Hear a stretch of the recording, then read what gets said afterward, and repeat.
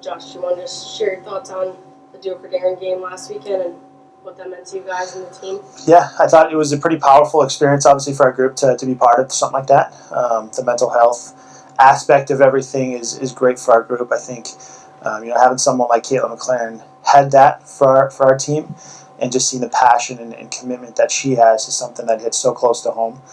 It's been pretty cool. She shared a story with our team before the game on Saturday. We just talked a lot about family, and I thought it was a small snapshot of what we're trying to achieve here, and how much this cause hits close to home for her. But I also think it's something that our team deals with as well. And I think we have a direct connection with an individual that's battled some mental health issues, and I think it's a pretty powerful situation to be part of because it does hit so close to home for us.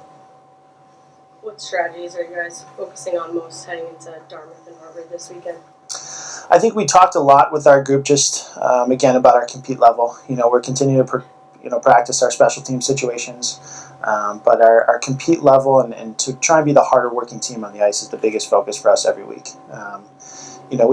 We practice systems, we practiced skills, and we do stuff all year long. But I think for us to be successful, we really have to be the harder working team and on a nightly basis. And we're trying to push our kids to make sure that they're ready for Friday and Saturday. Specifically, what do you have to do going into Friday's game against Harvard when you match up with that team? I think Harvard's a really fast team. They love to play in transition. They love to capitalize off the rush. We talk a lot when we play them about being above pucks, making sure that our neutral zone forecheck, our forecheck's in the right spots.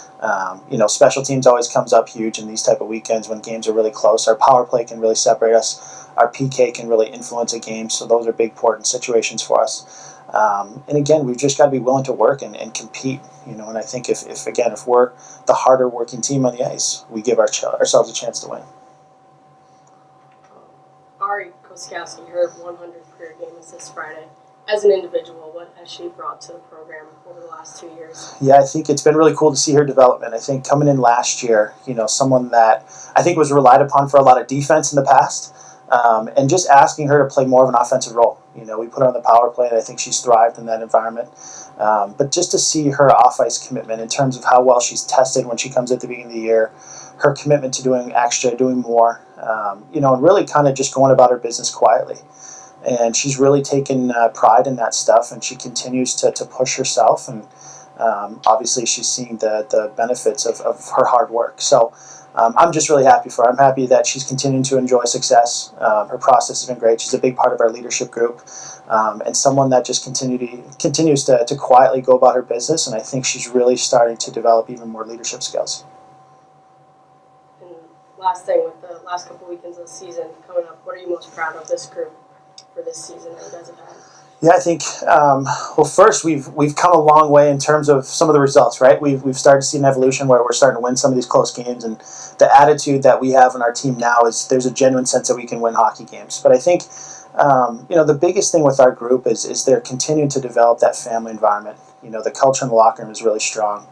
As we add pieces to our locker room, I know they're coming into a strong family environment. But I also think just the kids' commitment to doing the right things on a daily basis and coming to the rink ready to work and, wanting to have success every day is something that you can't take away for this group. So I think their hard work is second to none, and I'm looking forward to what we can do here in the future. Meg, as a group, what's been your guys' main focus this week in practice, getting ready for the weekend? Just trying to build our compete level up and just kind of our skills and our strategies on the game and everything.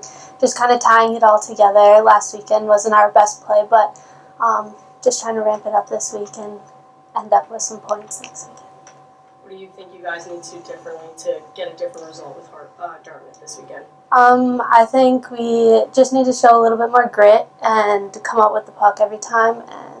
But other than that, if we just stay to our game, play as a team, I think we'll be happy with how we play. What's been the biggest adjustment for you coming into D1 college hockey from high school and club before this? Kind of just playing with other girls and being away from home, because I'm used to the same teammates from high school for years and everything. But our team has been very welcoming and it made the transition super easy for us and everything. So yeah, but we've stayed pretty busy, so we don't think about home as much. So, but yeah, this is kind of our home now. So.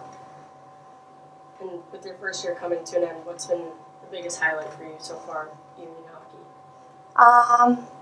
I would think maybe just meeting all the girls, the new people. Like they're so welcoming and everything. Just being in like a family again, rather than just a team, kind of like business and everything. But we're more of a family, and the highlight would probably be making history a lot with them and building this program up and developing and everything. So yeah. What's like one thing you guys think you need to focus on most, like finish the season out strong this year? I think just our effort level. That's something we've been focusing on a lot. Like I think that we know pretty standard what our X's and O's, our tactical game needs to be, but the difference in these games against all the ECAC teams is going to be who's willing to outwork the other team. So I think if our effort's strong, we'll give ourselves a chance in these last 4 regular season games. What's been the game plan so far in practice this week, getting ready for Dartmouth and Harvard? So we had what we call a compete day on Monday, where we'll have a few warm-up drills and then just play a bunch of small area games where we do want to focus on the details and the strategy parts, but the main focus is just giving 100% effort, because the girl next to you in line or going next in the drill is going to be doing the same thing. What's been the biggest difference for you between last year's team and this year's team, and what you guys have been able to get done this season?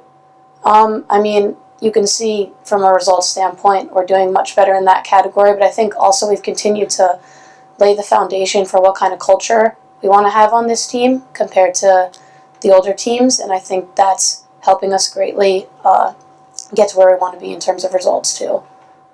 How important is it for you to end this regular season strong, knowing that next year it's your senior season, and as you said, this program has been building towards something? Yeah, it's extremely important for us to end strong. We want to have a lot of momentum carrying into next season. We want to be able to compete, and we want teams in the ECAC to consider us a threat. So I think if we end this season strong, people will definitely look at us that way.